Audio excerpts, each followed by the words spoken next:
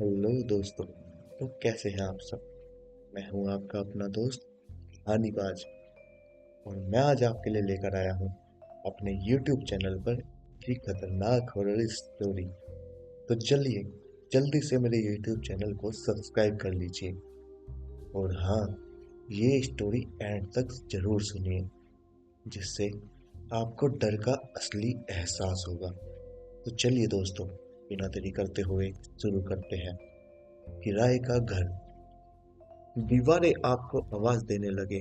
क्या होगा अगर वही दीवारें को पुकारने लगे? तो शायद आप भी डर जाएंगे, या फिर डर के मारे उस जगह को, उस घर को छोड़कर भाग जाएंगे, हमेशा हमेशा के लिए। मैं आज आपको एक ऐसी ही घटना के बारे में बताने वाला हूँ। मेरे साथ घटी यह घटना करीबन 17 से 18 साल पुरानी है। तब मेरा ट्रांसफर हो गया था। मुझे नौकरी लगकर 6 साल पूरे हो गए थे, और नौकरी के पहले साल में ही मेरी शादी हो गई थी। मेरी शादी मेरे ऑफिस की एक कलीग से हुई थी। आशा, आशा नाम था उसका। ट्रांसफर के वक्त हमारी शादी को 4 साल पूरे हो चुके थे, और हमें एक पूर्वा नाम की बेटी भी थी। ट्रांसफर होने के बाद अगले 2-3 दिन में ही मैंने नई जगह पर जाकर हमारे रहने का बंदोबस्त कर लिया। उसके अगले 2 दिन तक हमने दोबारा सारा सामान पैक कर लिया। फिर हमने अपनी बेटी पूर्वा को माँ के घर छोड़ दिया।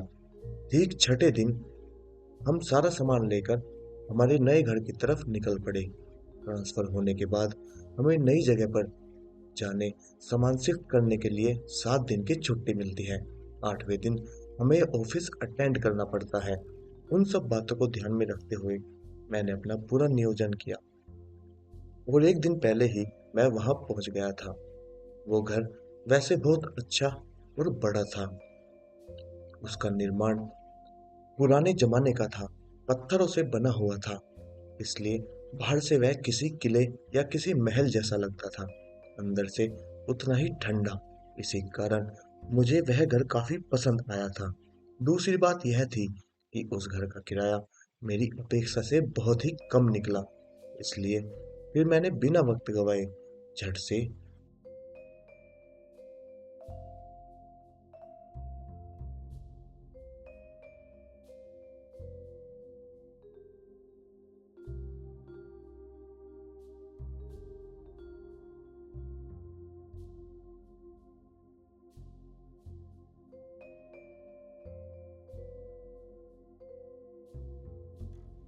उल्टा उस घर के सामने किसी ने कोई हवन या पूजा करवाई थी। बाकी खिड़की दरवाजे सब कुछ वैसा का वैसा था। मकान मालिक ने मुझे चाबी भी नहीं सौंपी थी। उसने मुझे यह बताया था कि वहां मेरे आने से पहले ही चाबी लेकर पहुंच जाएगा। लेकिन यहाँ पर तो कोई नहीं था। आसपास मकान तो थे, लेकिन एक दूसरे से कुछ दूरी पर बने हुए थे। वहां के हालात देख ऐसा लग रहा था कि आसपास पूछने से भी कुछ हल नहीं निकलेगा। टेम्पो चालक और हम कुछ देर वहां मकान मालिक के इंतजार करते रहे, लेकिन फिर भी कोई नहीं आया। मकान मालिक का घर वहां से 1 घंटे की दूरी पर था। मैंने 3-4 बार उनके घर पर फोन भी किया, लेकिन किसी ने भी फोन नहीं उठाया।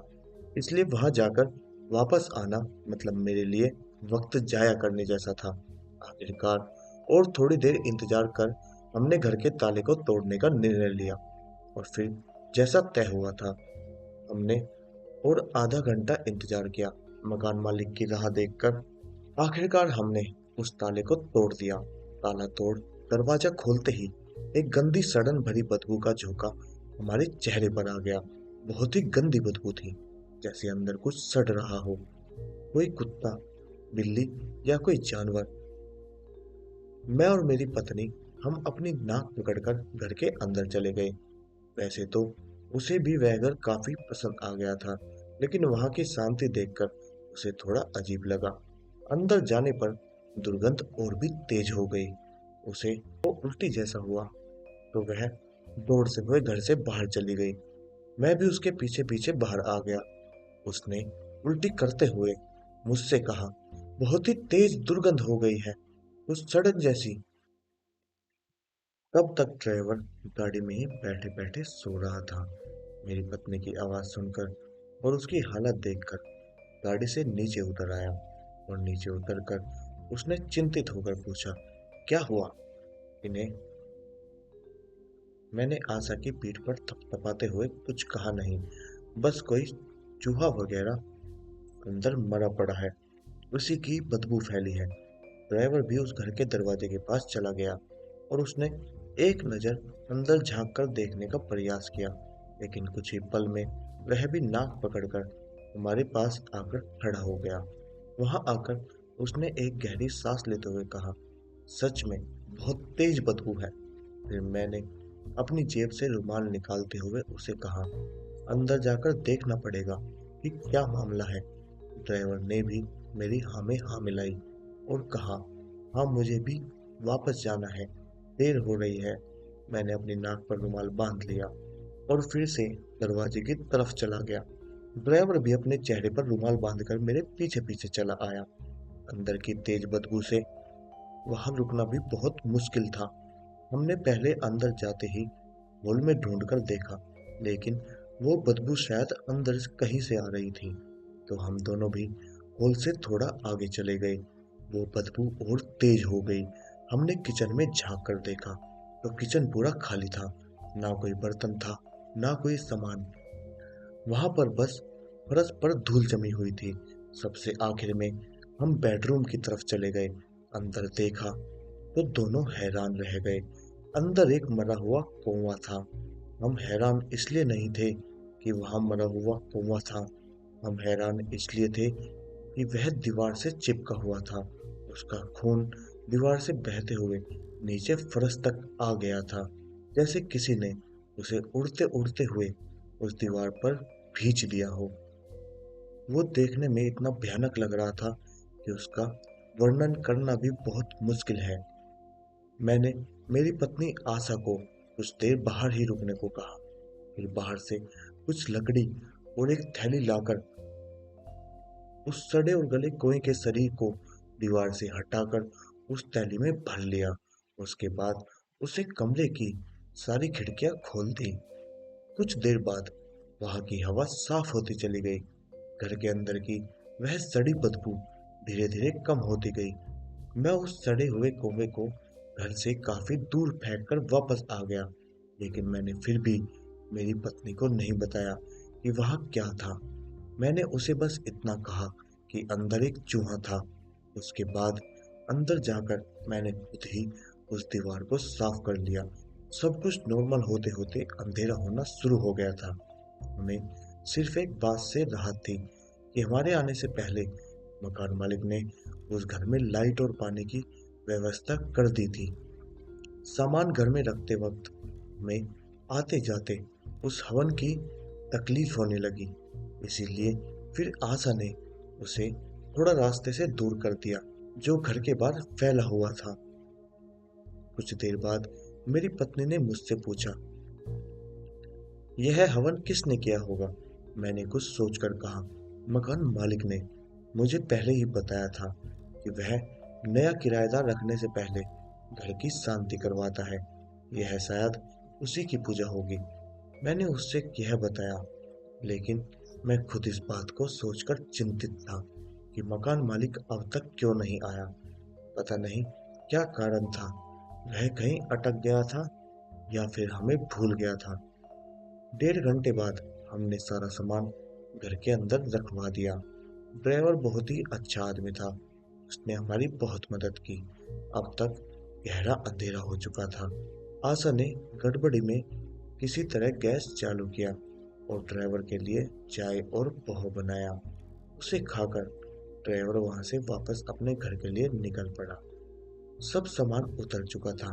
उसे बस अपनी जगह पर लगाना और सजाना बाकी था। ड्राइवर के जाने के बाद मैंने और आशा ने उसे पूरे घर में झाड़ू पोछा कर लिया। जितना जरूरत का सामान था, जो भी छोटा मोटा हल्का फुल्का सामान था, उसे हमने लगा लिया। इन सब में रात के 11 बज गए। हम दोनों बहुत ही ज्यादा थक गए थे। पहले ही ट्रैवल की थकान थी। अभी सामान को यहाँ वहां लगाना, इसमें और ज्यादा थक गए थे और ज्यादा कमजोर हो गए थे। अंदर के कुछ कमरे साफ करना बाकी थे, इसलिए वह रात हमने हॉल में ही बिताने का निर्णय लिया। वहीं एक जगह पर बिस्तर डाल दिया। बिस्तर डालते ही मैं सुस्त होकर बेड पर लेट गया, आलस देते हुए अपनी आंखों को मसलने लगा। आशा ने उस बिस्तर पर बैठते हुए मुझसे कहा, यह मकान मालिक अभी तक नहीं आया। अच्छा हुआ कि हमने ताला तोड़ दिया, नहीं तो अब तक हम बाहर ही बैठे रहते। उसकी सारी बात सुनकर कुछ देर के लिए मैं भी सोच में पड़ गया। सच में मकान मालिक भूल गया था या फिर उसके साथ कुछ हुआ होगा। यहाँ आने के बाद से मुझे कुछ तो अजीब लग रहा था। मैंने उसे कहा, कुछ अड़चन में पड़ा होगा या फिर कोई और जरूरी काम आ गया होगा। वैसे भी हमने एग्रीमेंट करवा लिया है, उसकी कॉपी भी मेरे पास है, तो हमें डरने की कोई जरूरत नहीं है। फिर उसने संदेह से एक सवाल किया, अंदर के कमरे में चूहा ही मरा था ना, या कुछ और था? मैंने उसकी तरफ देखे बिना ही जवाब दिया, नहीं, वह चूहा ही था, बस आकार में बड़ा था। मैंने करवट बदलकर सोते हुए उसे कहा, अच्छा चलो अब सो जाओ, बहुत रात हो गई है। हम दोनों भी बहुत ज्यादा थके हुए थे। कुछ ही देर में आंख लग गई। मैं तब इतना गहरी नींद में था जैसे कोई नशा कर लिया हो। कुछ देर बाद मुझे कुछ महसूस होने लगा। जब मुझे मेरे हाथ पर कुछ रगड़ता हुआ, रेंगता हुआ महसूस हुआ, थकावट और नींद के कारण मैंने अपनी आंखें खोल नहीं पा रहा था। वह एहसास किसी कीड़े जैसा था, जैसे किसी कीड़े के पैर चुभते हैं। वह चुभन भी बिल्कुल वैसी ही थी। धीरे धीरे वह चुभन बढ़ती चली गई। फिर ऐसा लगा जैसे वो कीड़ा रेंगते हुए कहीं पर रुक गया हो। अचानक से उसके नुकीले पैर की चुभन मुझे अपने चेहरे पर महसूस होने लगी। झट से मैंने हाथ से अपने चेहरे को झटका, घबराकर अपनी आंखें खोल दी। देखा तो एक बहुत ही भयानक सा, अजीब सा दिखने वाला चेहरा ठीक मेरे चेहरे के सामने चमक उठा और कुछ ही क्षण में गायब हो गया। मैं घबराकर उठकर बैठ गया। मैंने अपने आसपास देखा, पर वहां पर कुछ भी नहीं था। मेरी आवाज सुनकर मेरी पत्नी भी जाग गई। उसने घबराते हुए मुझसे पूछा, क्या हुआ, कोई सपना देख लिया क्या? मैं जोर जोर से हाँफ रहा था। मैंने सबसे पहले अपने आप को शांत किया और कुछ कहा नहीं। कोई कीड़ा था शायद, हाथ पर रेंग रहा था। कीड़ा सब सुनते ही वह घबराकर खड़ी हो गई। वह छलांग लगाकर सोफे पर जाकर खड़ी हो गई और वहीं से उसने लाइट चालू की। मैंने बैठे बैठे उस बिस्तर पर अपने हाथ को फेरते हुए देखा, पर वहां पर कोई कीड़ा नहीं था। तब तक मैं भी शांत हो चुका था। मैंने आशा को समझाते हुए कहा, कोई छोटा मोटा कीड़ा था, अब तक चला भी गया होगा, इसमें इतना घबराने की क्या बात है, नया घर है तो इतना तो चलता ही है। लेकिन उस वक्त मेरे दिमाग में कुछ और ही विचार घूम रहे थे। मकान मालिक ने कहा था कि वह मेरे आने से पहले यहाँ आ जाएगा, लेकिन उसका कहीं पर पता नहीं था। पता नहीं, पर मैंने अभी अभी जो देखा वह सच था या मेरा कोई भ्रम था। भले ही मैंने उस चेहरे को एक पल के लिए देखा था, पर वह रहस्यमय मुस्कान, वह बड़ी बड़ी सफेद आंखें और वह सड़ा हुआ चेहरा, वह सब कुछ बार बार मेरी नजरों के सामने आ रहा था। उस बिस्तर को ठीक से देखने और जांचने के बाद आशा सोफे से नीचे उतर गई।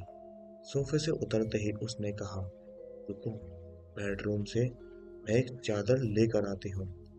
कीड़े की बात को लेकर वह अब भी घबराई हुई थी। हमने कुछ सामान बेडरूम के अंदर रखवा दिया था, जिससे हमारा एक बेड भी था। उसी बेड के अंदर हमारी सारी चादर थी। आशा सीधे बेडरूम के अंदर चली गई। मैंने वहां से उठकर उनकी खिड़कियां खोल दी और फिर से बिस्तर पर आकर बैठ गया। उस वक्त बार बार मुझे वही भयानक चेहरा याद आ रहा था। बिस्तर के पास रखे हुए बर्तन से मैंने पानी पी लिया और फिर से अपने आप को समझाने लगा कि शायद नई जगह होने की वजह से मुझे यह सब भ्रम हो रहा हो। आशा को बेडरूम में जाकर बहुत वक्त हो गया था, लेकिन अब तक वह बाहर नहीं आई थी। बेडरूम की लाइट भी कब की चालू होकर बंद हो चुकी थी, लेकिन वह अब भी अंदर थी। ना रहकर मैंने उसे आवाज दी, आशा, पर मुझे अंदर से कोई आवाज नहीं आई। कुछ सेकंड रुककर मैंने फिर से उसे आवाज दी, आशा। क्या हुआ? चादर नहीं मिल रही क्या? तब तक मैंने महसूस किया कि एक सडन भरी बदबू फिर से घर के अंदर बढ़ने लगी है। मैंने सोचा, मैंने अभी अभी तो खिड़की को खोला था, शायद यह बदबू बाहर से कहीं से आ रही होगी। मैंने खिड़की की तरफ देखा तो खिड़की बंद थी। वह देख मैं हैरान रह गया, क्योंकि मुझे अच्छे से पता था कि अभी कुछ देर पहले मैंने उस खिड़की को खोला था। कोई आवाज नहीं, फिर भी वह खिड़की अचानक से कैसे बंद हो गई? मुझे वह सब कुछ बहुत अजीब लगा। मैं वहां से उठकर आशा को आवाज देते हुए बेडरूम की तरफ जाने लगा। आशा, कहाँ हो तुम? मेरी बात का जवाब क्यों नहीं दे रही? बेडरूम के अंदर बहुत घना अंधेरा था। बदबू अंदर से ही कहीं से आ रही थी। उस दुर्गंध से मैंने अपनी नाक पकड़ ली। दरवाजे के पास लगा लाइट का बटन चालू कर दिया। अंदर देखा, आशा सामने की दीवार को सर लगाकर एकदम शांत और एकदम सीधी खड़ी थी। मैंने फिर एक बार उसे आवाज दी, आशा, ये तुम क्या कर रही हो? मेरी बात का उसने कोई जवाब नहीं दिया। वो बस एकदम सीधी खड़ी थी। हाथ पांव एकदम सीधे अकड़े हुए थे। हाथ की उंगलियां भी एकदम सीधी दिखाई दे रही थी। चेहरा ऊपर की तरफ था। उसका पूरा शरीर अकड़न से थरथरा रहा था। मैं धीरे से उसके पास चला गया। उसको करीब जाकर थोड़ा दूर से उसके चेहरे को देखा। उसकी आंखों की पुतलियां ऊपर चढ़ी हुई थी। हाथ पैर समेत उसका पूरा चेहरा ही थरथरा रहा था। उसकी यह हालत देख मैं घबरा गया, और फिर मैंने उसे कंधे को पकड़कर उसे हिलाते हुए आवाज दी, आशा, तुम ठीक तो हो ना? आशा को छूते हुए वह एकदम से होश में आ गई और नॉर्मल होकर बेड के पास जाकर चादर को ढूंढने लगी। मैं भी कैसी पागल हूँ, यहाँ आकर भूल ही गई कि मैं चादर लेने आई थी। यह कहकर वह चादर उठाकर सीधा कमरे से बाहर चली गई, ऐसा जैसे कुछ हुआ ही ना हो, या फिर उसे कुछ पता ही ना हो उसके साथ यहाँ क्या हो रहा था। उसका बर्ताव बहुत ही अजीब था। मैं खुद उसे देखकर चौंक गया था। मैंने एक नज़र उस दीवार को देखा। वह साधारण सी दीवार जैसी थी। फिर मैंने उस दीवार पर अपने हाथ की मुट्ठी को पटक कर देखा। तब मुझे एहसास हुआ कि यह दीवार बाकी दीवार से अलग है। वह दीवार सीमेंट की बनी थी, जबकि बाकी सभी दीवारें पत्थर से बनी हुई थी। मैं सोचता हुआ उस स्विच को बंद करके सीधा वहां से बाहर चला गया। हॉल के अंदर देखा तो आशा अपने ऊपर चादर ओढ़कर सो गई थी। मेरे वहां आने तक का उसने इंतजार नहीं किया। उसकी आंखें तक लग गई थी। मैं भी उसके पास लेट गया। मैं सोने की कोशिश कर रहा था, पर एक बात जो मुझे सता रही थी वह यह कि इस घर में कुछ तो अजीब हो रहा है। गंदी बदबू अपने आप ही आनी बंद हो गई थी। खिड़की भी अब खुली थी। मैं आशा की तरफ मुंह करके सो गया, गौर से उसके चेहरे को देखने लगा। चेहरे पर कोई हलचल नहीं थी। खिड़की से ठंडी हवा के झोंके घर के अंदर आ रहे थे। सब कुछ फिर से एकदम शांत हो गया। उसकी गहरी नींद और गहरी शांति में दूर कहीं से आती झिंगुर की आवाज को मैं सुन पा रहा था। उस आवाज को महसूस करते हुए मैं धीरे धीरे अपनी आंखें बंद करने, जैसे कोई मेरी छाती दबा रहा हो। मैं चौंक कर दरवाजे की तरफ देखा, फिर से आशा के चेहरे की तरफ देखा। उसका चेहरा पहले जैसे ही एकदम शांत और नॉर्मल था। फिर से बाहर का दरवाजा एकदम से बज उठा। मतलब मेरा वहम नहीं था, बाहर सच में कोई था। लेकिन इतनी रात गई कौन आ सकता है? हम तो आज ही आए हैं यहाँ, हमें कोई जानता तक नहीं है। मैंने उठकर दरवाजे के पास चला गया। पता नहीं, यहाँ आने के बाद से सब कुछ बहुत अटपटा लग रहा था। मैंने दरवाजे के पास खड़े होकर अंदर से ही आवाज दी, कौन है? बाहर से आवाज आई, मैं भूषण, इस घर के मकान मालिक का बेटा हूँ। उन्होंने ही मुझे यहाँ भेजा है। मुझे लगा कि शायद मकान मालिक जरूरी किसी काम में फंस गया था, इसलिए आखिरकार उसने अपने बेटे को यहाँ भेज दिया है। बहुत रात होने की वजह से मैंने थोड़ा सा दरवाजा खोला और बाहर झांक कर देखा। मेरे सामने 6.5 फुट का सफेद कपड़े पहने हुए एक आदमी खड़ा था। थोड़ी तसल्ली करने के बाद मैंने उस दरवाजे को पूरा खोल दिया। बेचारा इतनी रात में हमारे लिए इतनी दूर तक आया था। दरवाजा खोलते ही बाहर से ठंडी हवा का झोंका घर के अंदर घुस गया। उस ठंड से एक पल के लिए मेरा पूरा शरीर सहर उठा। उसी वक्त मैंने हॉल की लाइट को चालू किया और मकान मालिक के बेटे को नमस्कार करते हुए उसे अंदर आने को कहा। आइए ना, अंदर आइए। माफ कीजिएगा, पर मकान मालिक हमें चाबी देना भूल गए थे। वह नहीं आए, इसीलिए हमने ताला तोड़ना पड़ा। लेकिन उस वक्त उस आदमी का चेहरा घबराया हुआ लग रहा था। उसने घबराते हुए कहा, मैं आपको कुछ बताने आया हूँ। वह आदमी बाहर ही खड़ा था, अंदर नहीं आ रहा था। फिर मैंने एक बार उन्हें अंदर आने की विनती और की। कहा, आप पहले अंदर तो आइए, आराम से बात करते हैं। तब उसने अपनी गर्दन ना में हिलाते हुए कहा, मैं अंदर नहीं आऊंगा, बल्कि तुम लोगों को इस घर से बाहर जाना होगा, वो भी इसी वक्त। मैं यही कहने आया था। उसके शब्द सुनकर मुझे बहुत गुस्सा आ गया और मैं आश्चर्यचकित था कि कोई इतना बेवकूफ कैसे हो सकता है। गुस्से में मैंने उसे जवाब दिया, यह क्या पागलपन है? एक तो तुम हमें चाबी देने नहीं आए, ऊपर से इतनी रात को हमें घर से बाहर निकालने आए हो। उसने फिर दूर से ही, लेकिन उतनी ही शांति से मुझे शांत रहने का इशारा किया। देखो, आप मेरी बात को समझ नहीं रहे। मेरी बात को ध्यान से सुनो। मेरे पिताजी, मतलब इस घर के मालिक, उन्होंने कुछ ही घंटे पहले अपनी आखिरी सांसें ली हैं। पिछले 6 साल से वो कोमा में थे और मरने से पहले कुछ ही क्षण के लिए वो होश में आए थे। होश में आने के बाद जो उन्होंने मुझे कहा, मैं बस वो बताने आया हूँ। उन्होंने मुझे कहा कि आप यहाँ आने वाले हैं और कहा कि अभी के अभी जाकर मैं आपको घर के अंदर जाने से रोक दूं। इसलिए उन्होंने मुझे इतनी रात को यहाँ भेजा है, तुम्हें सावधान करने के लिए। मरने से पहले उन्होंने मुझे यह कहा था कि मैं अभी के अभी जाकर यह देखूं कि यहाँ कोई आया है या नहीं। अगर कोई घर के अंदर है तो उसे घर से बाहर निकाल दूं। अगर कोई नहीं है तो यहाँ रुककर कोई सूचना या बोर्ड लगा दूं। मैंने उसकी बात को ज्यादा गंभीरता से नहीं लिया। क्या तुम्हें मैं पागल दिखता हूँ? 4 दिन पहले ही मैंने इस घर का एग्रीमेंट करा लिया है और इस वक्त मैं यहाँ से नहीं जाऊंगा। उस आदमी ने यहाँ वहां देखकर कहा, आपने जिस आदमी से इस मकान की बात की थी वह मकान मालिक नहीं था। वह तो पिताजी का एक पहचान वाला दलाल था, जिसे उन्होंने 6 साल पहले इस घर को बेचने के लिए कहा था।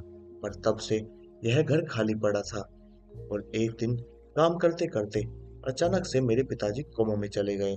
कुछ दिन पहले वह दलाल भी इस घर की पूजा करने आया था, लेकिन यहाँ उसके साथ कुछ तो अजीब बात हो गई। वह पूजा को अधूरा छोड़कर ही यहाँ से भाग गया और घर जाने के बाद उस दलाल की मौत हो गई। उस आदमी की बातें सुनकर मुझे हंसी आ रही थी।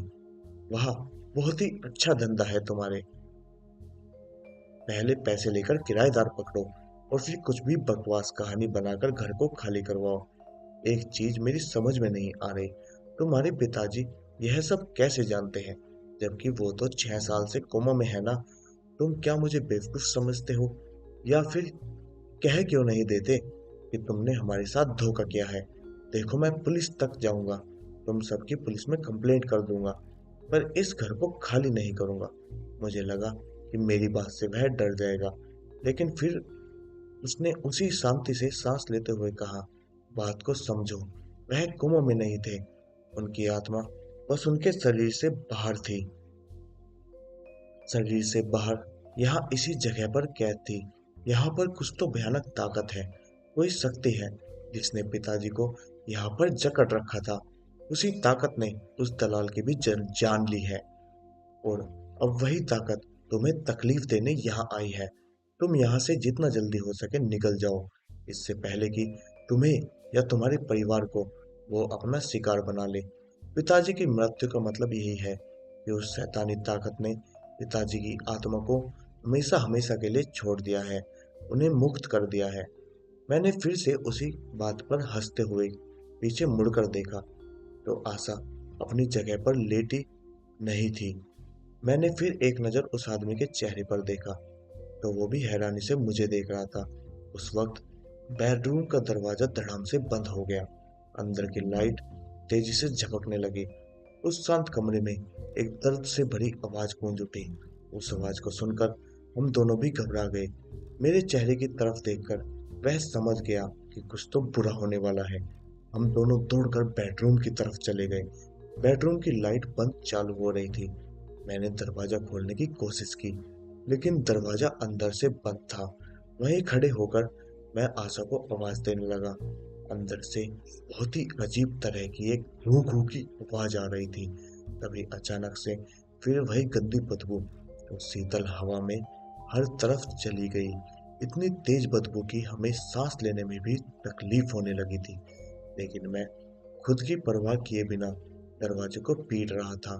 मेरे साथ जो आदमी था वह भी पीछे से कुर्सी लेकर आया और फिर उस कुर्सी को जोर जोर से दरवाजे पर पटकना शुरू किया। हम दोनों पूरी ताकत से उस दरवाजे को तोड़ने की कोशिश करने लगे।